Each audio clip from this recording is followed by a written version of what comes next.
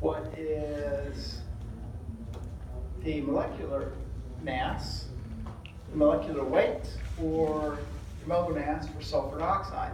So we look up sulfur. I have one sulfur. He has a mass of, we'll call it 32. I have two oxygens. Each of those guys has a mass of 16, and that gives us a total 64 grams. So this is 64 grams per mole of our sulfur dioxide. We can also do this in atomic mass units. So this is the molar mass. This is the mass of a mole. We can do 64 atomic mass units for a single molecule. It's the very same number if we're talking about a single molecule, it's in atomic mass units. If we're talking about a mole, then it's in grams. So of course what we usually work with is grams, because that's something we can actually measure out. Okay, so we're going to do our salt the very same way.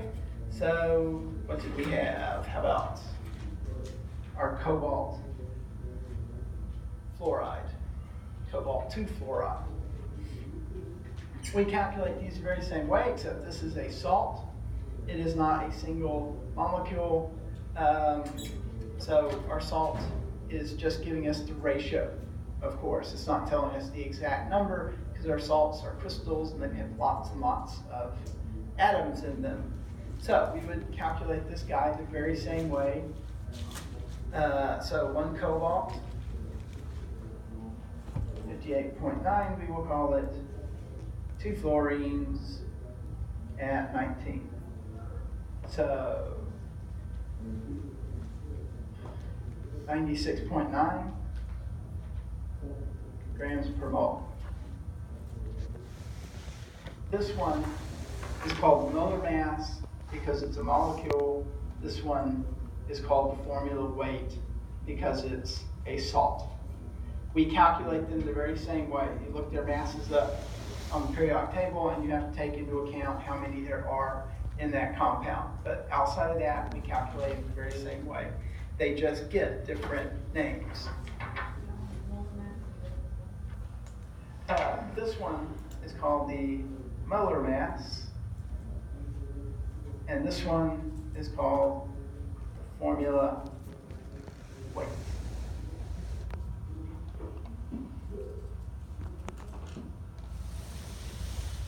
This guy, if you remember, when we first started talking about this, this is the empirical formula.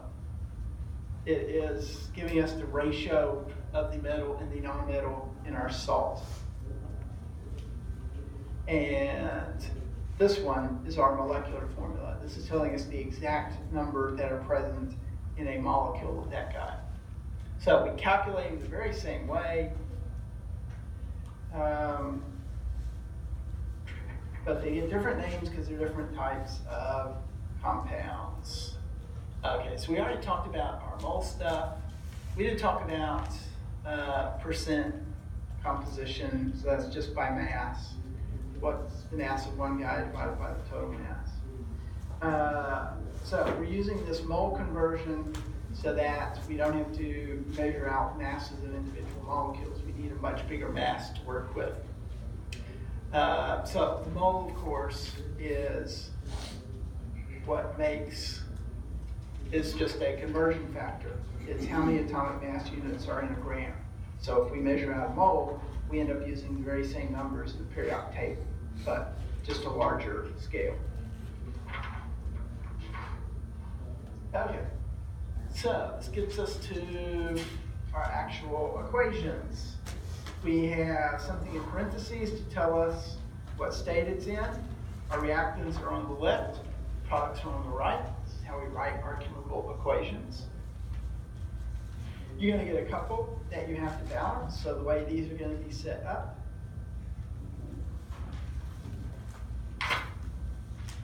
is sulfur, that's no good. Whoops. Let's see.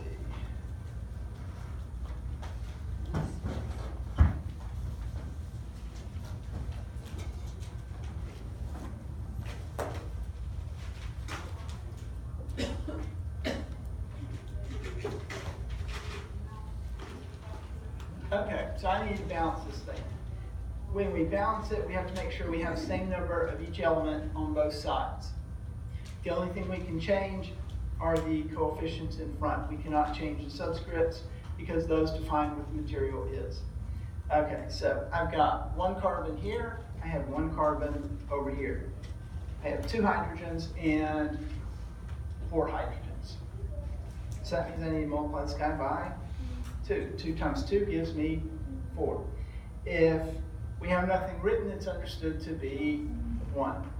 So this is something just for the test you got to keep in mind. These guys are not 0, there's nothing written there. It is 1.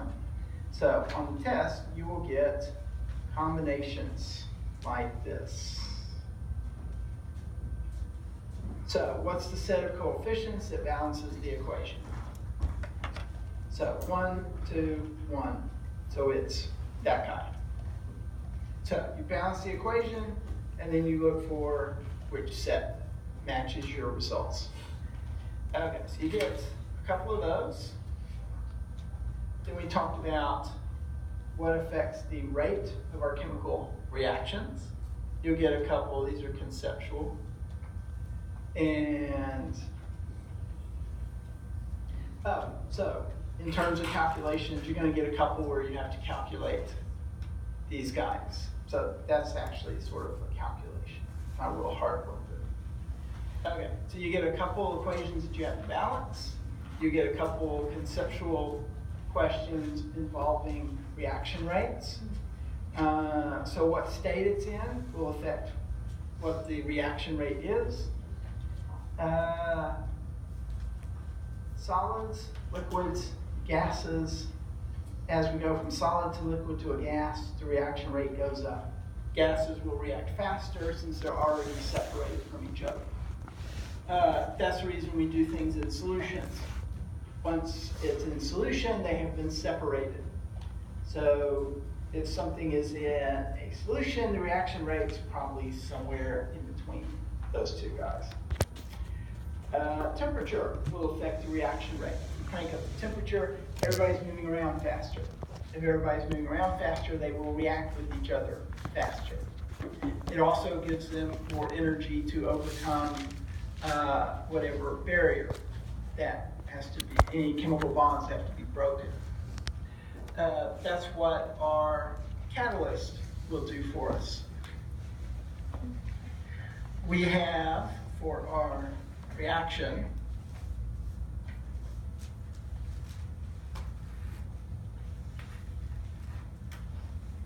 so here's our energy. Let's say we have reactant, product.